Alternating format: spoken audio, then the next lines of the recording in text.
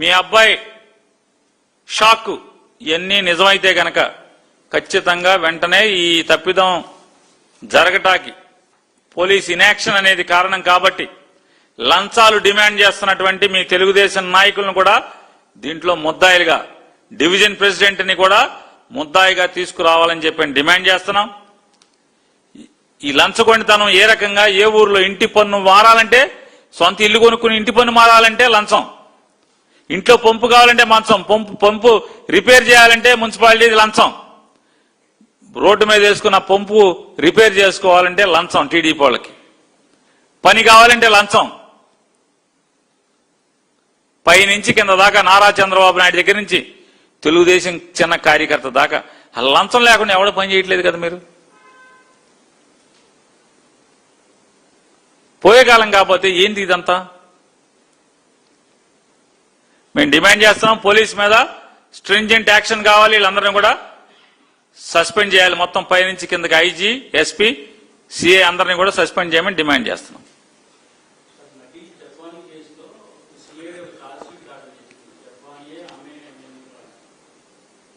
Cinema actor Jethwani గారి కేసులో ఏం చేశారు పోలీసులు? సిఐడి ఛార్జ్ షీట్ దాఖలు చేసింది. ఏమని చేసింది? జత్వానీయే నిందితురాలు, ఆవిడే బాగా ఎక్స్ప్లాయిట్ చేస్తుంది మగోళ్ళని అని చెప్పని చేస్తుందని చెప్తున్నారా? హనీ ట్రాప్ వేస్తుందని చెప్తున్నారా? ఇందులో నేను ఒకటే మనం వేరే వేరేగా ఏం మాట్లాడుకోక్కర్లేదండి. పోలీసు వ్యవస్థకి ఇది ఒక హెచ్చరిక. ఆంధ్రప్రదేశ్ రాష్ట్రంలో ఉన్నటువంటి పోలీసు వ్యవస్థకి ఇది ఒక హెచ్చరిక.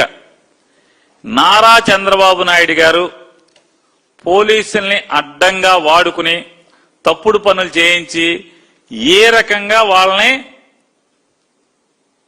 గాలికి వదిలేస్తాడు, ఏ రకంగా ప్రత్యర్థి పార్టీల వాళ్ళకి ఆహారంగా వేసేస్తాడనేది ఇదొక చిన్న ఉదాహరణ.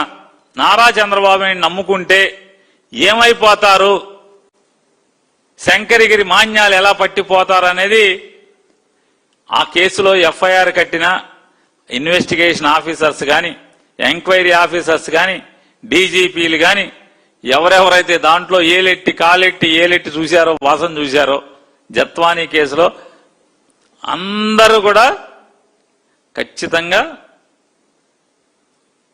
ప్రాయశ్చిత్తాన్ని చేసుకోవాల్సిన పరిస్థితి కనపడుతుంది. చంద్రబాబు పోలీసులే ఆంధ్రప్రదేశ్ రాష్ట్రంలో ఉన్నటువంటి ప్రస్తుతం చంద్రబాబు నాయుడు ప్రభుత్వాన్ని నమ్ముకుని, చంద్రబాబును నమ్ముకుని, వాళ్ళ ఎమ్మెల్యేలను నమ్ముకుని, మంత్రులను నమ్ముకుని తప్పుడు పనులు చేస్తున్నటువంటి, దొంగ కేసులు కడుతున్నటువంటి వైఎస్ఆర్ కాంగ్రెస్ పార్టీని తప్పుడు కేసులతో వేధిస్తున్న పోలీసులందరిలారా చెవులారా వినండి. విజయవాడలో జరిగినటువంటి కామ్నా ఏమంటే ఆవిడ కాదంబరి జత్మలాని అనే ఒక సినీ నటి కేసు మీ అందరికీ ఒక కనువిప్పు కాబోతుందనేది కూడా చూసుకోండి. ఒక్కసారి ఆ కేసును చూసుకోండి, కనువిప్పే. మీరెంత చించుకుని ఏదో చెప్తారు కదా, ఆంజనేయుడు గుండి చించుకుంటే లోపల రాముడు సీతాదేవి కనపడినట్టుగా మీ గుండి చించుకుంటే, కాకి చొక్కా చించుకుంటే లోపల చంద్రబాబు నాయుడు తండ్రి కొడుకులు మీకు కనిపించినట్టుగా ఓకే చించుకుని చూపిస్తున్నారు కదా. ఏం చేశాడు మిమ్మల్ని?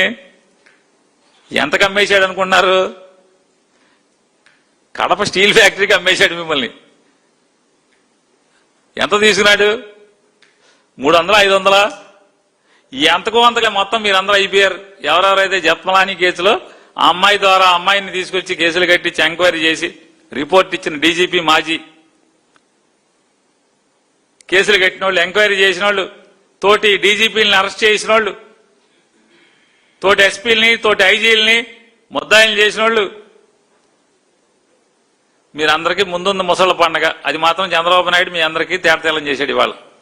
జాగ్రత్త, చంద్రబాబు నమ్ముకోబాకండి పోలీస్ ఆఫీసర్లారా, ఐఏఎస్ ఆఫీసర్లారా.